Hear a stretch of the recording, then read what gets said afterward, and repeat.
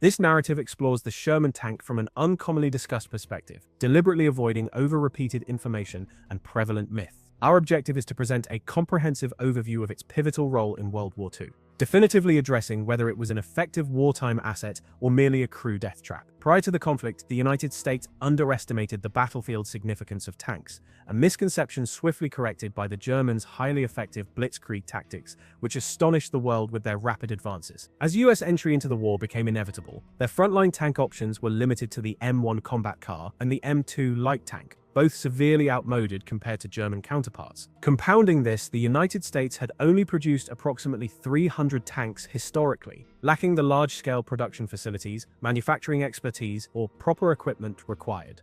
In response, they hastily developed the M3 Lee, an often overlooked stopgap solution. While featuring an updated 37mm turret gun and a 75mm field gun, the technology to mount the 75mm gun in a rotating turret was absent. Consequently, the 75mm gun was modified and integrated into a fixed casemate within the hull. The familiar 37mm gun and its turret were also incorporated, housing 6 crew members and deployed to North Africa, where Allies faced significant tank losses against German forces. This M3 Lee was intended to bridge the gap and buy time for superior designs. US engineers designing the Sherman meticulously studied European tanks, incorporating both their strengths and weaknesses.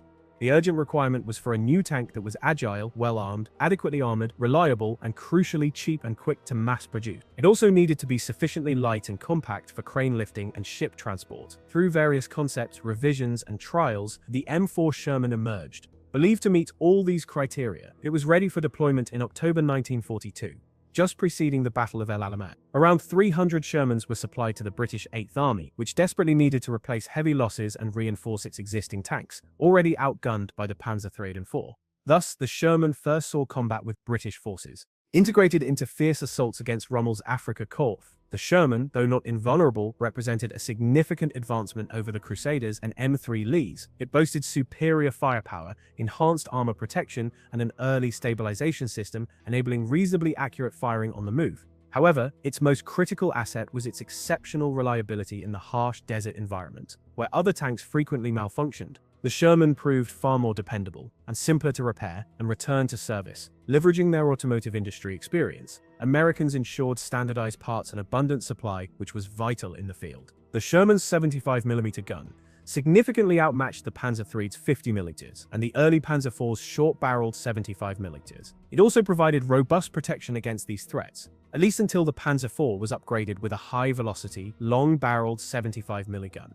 Nevertheless, initial combat losses were substantial. Due to the intense fighting, the most significant threats to tanks were actually mines and 88mm anti-aircraft guns, repurposed as long-range tank destroyers, which proved devastating against the Sherman's high silhouette and medium-range gun in open desert terrain. Limited encounters with the formidable Tiger high tanks, first appearing in Tunisia, invariably ended poorly for Allied tanks. Reports of Tiger engagements so terrified Allied crews that they frequently misidentified Panzer IVs as Tigers in battle. Ultimately, the Sherman was deemed effective enough for mass production.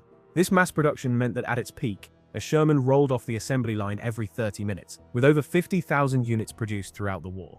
Yet, on the battlefield, certain critical flaws quickly materialized. The Sherman struggled to effectively neutralize a Panzer IV or heavier tanks unless at point-blank range or achieving a clear side shot. Furthermore, there was its notorious tendency to ignite upon being hit, earning it controversial and grim nicknames like Tommy Cooker and Ronson Lighter. Addressing the gun issue, the Sherman, a medium tank with a medium velocity gun, was primarily designed for infantry support and to fire high explosive shells, which were highly effective. Towed anti-tank guns were initially the primary anti-armor solution, before specialized tank destroyers were introduced. The Sherman's gun was intentionally shortened to prevent it from exceeding the hull length, facilitating easier transportation on ships and trains, indicating it was never truly conceived as a dedicated tank killer. However, practical combat realities often precluded choosing engagements, swiftly revealing the need for a gun upgrade. The British developed a stopgap solution, similar to the American M3 Lee, by integrating a 17-pounder gun into the Sherman's turret, creating the Sherman Firefly. Later, Americans developed the 76mm gun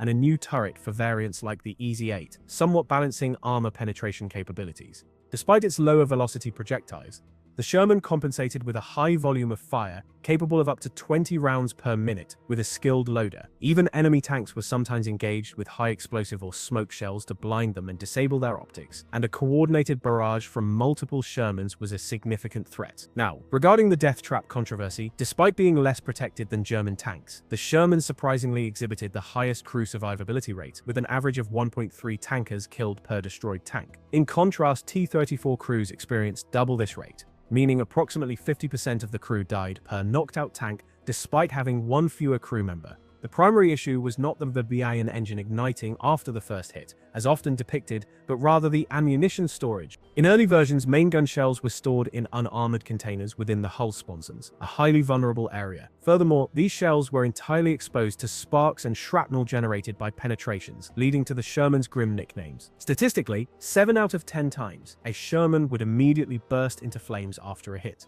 To remedy this, the ammunition rack was relocated to the floor, and a wet storage system was implemented. This area was less susceptible to hits, and if penetrated, the ammo bins were enveloped by a water glycol mixture, designed to extinguish fires or, at minimum, provide sufficient time for the crew to escape. This innovation dramatically reduced the Sherman's fire tendency, from approximately 70% to below 20%. Greatly enhancing crew survivability. However, once the Sherman entered the European theater, it became vulnerable to nearly every German anti-tank weapon, and encounters with anything heavier than a Panzer IV typically resulted in significant losses for Sherman crews. Numerous photographs depict Shermans adorned with additional armor plates, sandbags, logs, track links, and even concrete in a desperate bid to augment protection. Commanders initially prohibited this improvised armor, but its use persisted throughout the war. Crew survivability was further improved by the addition of a dedicated loader's hatch. Previously, the loader had to exit via the commander's hatch, navigating around or under the gun breech. One veteran Sherman loader recounted a harrowing experience from the war. His tank was hit in the upper right turret, instantly killing the gunner and commander, trapping him as the tank rapidly filled with smoke. Unable to move the bodies in the confined turret, he fortunately found the turret traversed in a position, allowing him to crawl under the gun to the driver's position, where the driver had already evacuated, and escape through that hatch. This critical flaw was resolved by simply adding a loader's hatch, equipped with springs for quicker emergency opening.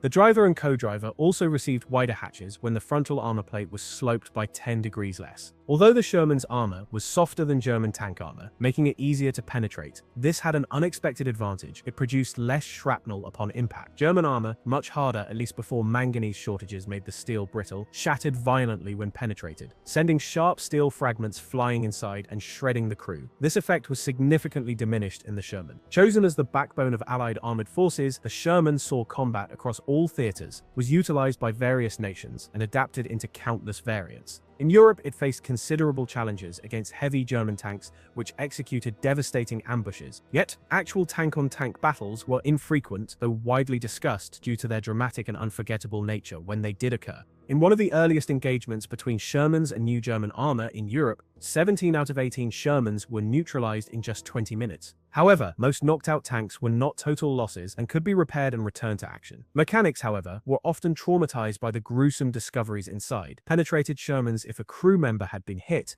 with scenes so horrifying that the entire interior often required repainting to conceal the stains of what was once a tanker. The swimming duplex drive Shermans spearheaded the Normandy invasion, while many others were modified for roles ranging from bridge laying to mine clearing and other specialized tasks. Shermans consistently arrived when and where they were needed, and crucially, always in substantial numbers. While not a flawless tank, the US began seeking a replacement during World War II to rectify its shortcomings. However, achieving the Sherman's level of mass production with a new tank during wartime proved impossible, ensuring the Sherman remained the primary workhorse until the war's conclusion. It effectively compensated for its deficiencies through sheer quantity, ease of production, and reliability, playing a crucial role in bringing World War II to its conclusion. The Sherman tank therefore earned its enduring place in history,